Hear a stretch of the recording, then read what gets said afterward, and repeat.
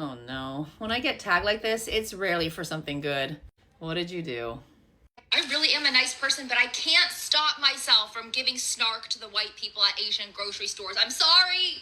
I'm not sorry. I can't stop doing it. Like, I just side eye every time I see you there. What are you doing here?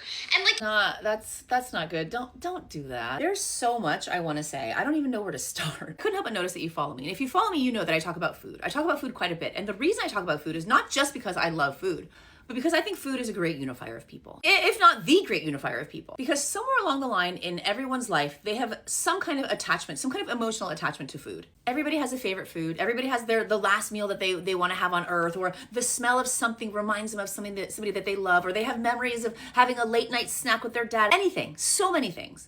I think human beings have general curiosity, for food. And a lot of people want to experience foods, that are new to them. And a lot of that is done at the supermarket. So for you to not welcome people, not just not welcome them, but to actually deter them, I really don't understand. When I'm at the Korean grocery store and I see a non-Korean person in the aisle, I deliberately linger. I linger just a little bit longer just in case they're like, excuse me, do you happen to know if I should use this or that for this particular dish or whatever? I want to be helpful to them because I want them to have the best experience with my food that they possibly can. And shit, right now, I'm going through this saga about Mexican sweet potato candy. I was at Northgate Market this morning, literally this morning. The way that people have embraced me on this journey, I kind of hope that I never perfect this recipe because I love this feeling. This feeling of people welcoming me, and not just welcoming me, tagging me, giving me advice, talking to their parents or their grandmas about what they do or how they make it, sending me DMs and being so helpful and earnestly we are so happy that you're enjoying the food of our culture. What a beautiful way to connect people. That's what we want. That's the goal. We don't want to side-eye people so they leave and never want to try it again. Or at least I don't. You're a person of color. We go through shit like this from other people all the time. Why would you want to do this to somebody else? A month ago, people at that restaurant, Great White in LA, segregating Asian people from other people in the restaurant. We don't want that for anybody. So yeah, this video is, and I don't know if you care, if I care or not, but I find this video incredibly disappointing. Discouraging other people from trying, new foods and trying foods that are of other cultures.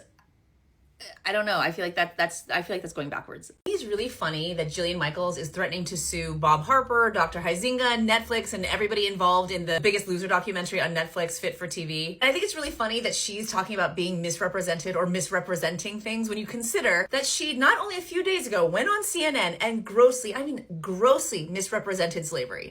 Only less than 2% of white Americans own slaves. I'll go ahead and link a video that I think was really well done, explaining why this was such a gross misrepresentation and honestly just so intellectually dishonest of her to say.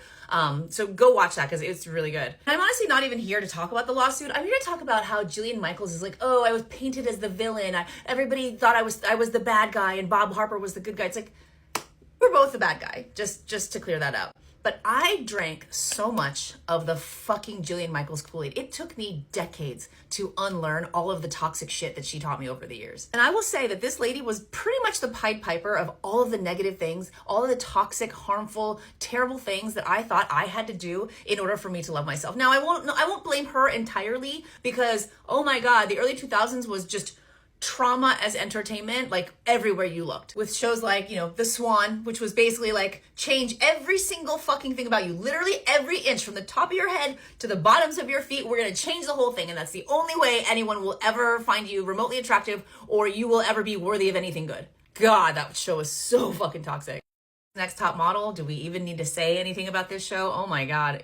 Much like The Swan, there was Extreme Makeover where they plucked, sucked, and tucked fucking everything. But the show that fucked me up the most was Biggest Loser. And at the helm was Jillian Michaels. The idea that you had to eat almost nothing, work out 8 hours a day, and even that in some cases was still not good enough. And you had to have somebody in your face yelling at you, telling you, you're not gonna make it, you're not doing good enough, you are not worthy of the things that you want.